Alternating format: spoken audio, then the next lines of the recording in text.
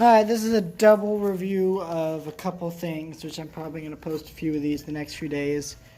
Okay. So let's talk about the film that's already kind of fleeting from my mind. Because it was just fine. I watched the Peanut Butter Cup Falcon, which is a film about like this guy who has Down syndrome, and he breaks out of this old folks home he's being taken care of, and he goes on this little journey with this guy, discovering himself, just getting to live his dream. And the film was not amazingly directed, not amazingly well written, it wasn't amazingly acted, and I can't believe some people are like, let's petition some of these guys for Oscars. I mean, I get it. This is an Oscar bait movie. We all know that there's movies that come out and that old white men would enjoy, and that's what attracts the Oscars' attention. And that's one of these films. Though I do not think this is a bad movie, I think this is a perfectly fine movie, and I do. There's a great scene in it, a great line of dialogue at least. So there's this scene where they're on the boat, and this lady who takes care of this boy with this guy with Down syndrome, they meet up again, and they're on this raft with this one guy who's been taking care of him, and he goes, "Stop calling him a retard." And she's like, "I haven't called him a retard." And he goes, "You may not be saying he's a retard, but the way you're treating him is the same thing as calling him a retard," which is a very meaningful thing to me personally, because I get treated like that because I have autism, because I have one leg, where people think you can't do nothing, and that's a very important message.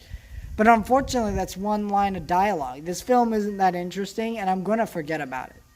I will never see this film again, and I have no interest in seeing it again. There's nothing interesting that makes me want to go back to this, which is unfortunate. But it's not a bad film. If you go see it, you won't hate yourself. It's entertaining. You'll enjoy it, but there's nothing more to it. Another film that's not very good, which, again, I only bought this because I want to own all the DC animated movies. This is Teen Titans The Judas Contact. This film has, like, no story. Like, no story. Like, right here it says, led by Starfire, the Teen Titans Beast Boy, Raven, Blue Beetle, and just returned Nightwing have built a conceived team in their never-ending battle against evil, but their newest teammate, the mysterious Power Terra, may be altering the dynamic. Meanwhile, an ancient evil brother, Blood, has awakened the familiar Deathstroke, lurking in the shadows, both waiting to pounce unlimitedly. Unitedly, the Titans will need to battle their enemies and their own eternal doubts and come together, and overcome the miraculous forces around them in this twisting sail of intrigue, adventure, and deception. Every time I come out here, stupid dogs. Is this film good? No. That's not a story. That's not a story. Like, that's episodes in the Teen Titans show where there's like an old villain coming and Terra and she reawakens Slade. That's a story arc in the Teen Titans show, but there's more to that story arc. This is just boring. It's boring.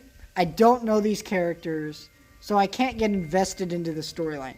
You see, in the Teen Titans show, you know those characters. You watched them for several episodes before it got to that point. You don't know anybody in this movie. I don't know anybody in this movie. I don't know who the Crew Clap Blue Beetle is. I don't even know if there's another DC animated movie I'm supposed to be watching before this one. Guarantee there is. I don't know this Raven. I don't know this Beast Boy. I don't know this Starfire. I don't know this Nightwing. I don't know this Damian Wayne. I don't know any of these characters.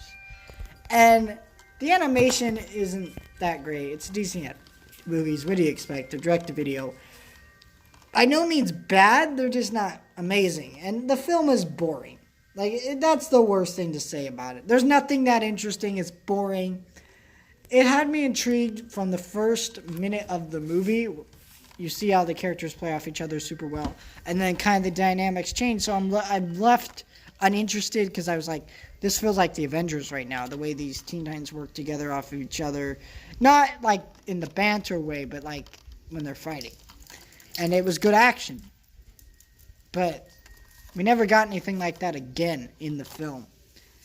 By no means a bad movie. It's just fine. Both of these movies were kind of just like fine. Really? I don't watch movies. I don't go to movies to see fine. I wanted something good. I want something amazing. Or amazingly terrible so that way I can laugh at it. And none of these were neither.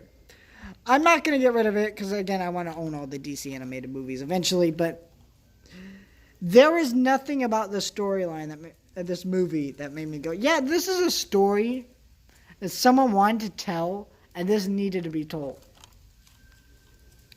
Let me know if there's a DC animated movie that I need to watch before this, because I feel like there was some information I was meeting, some contacts.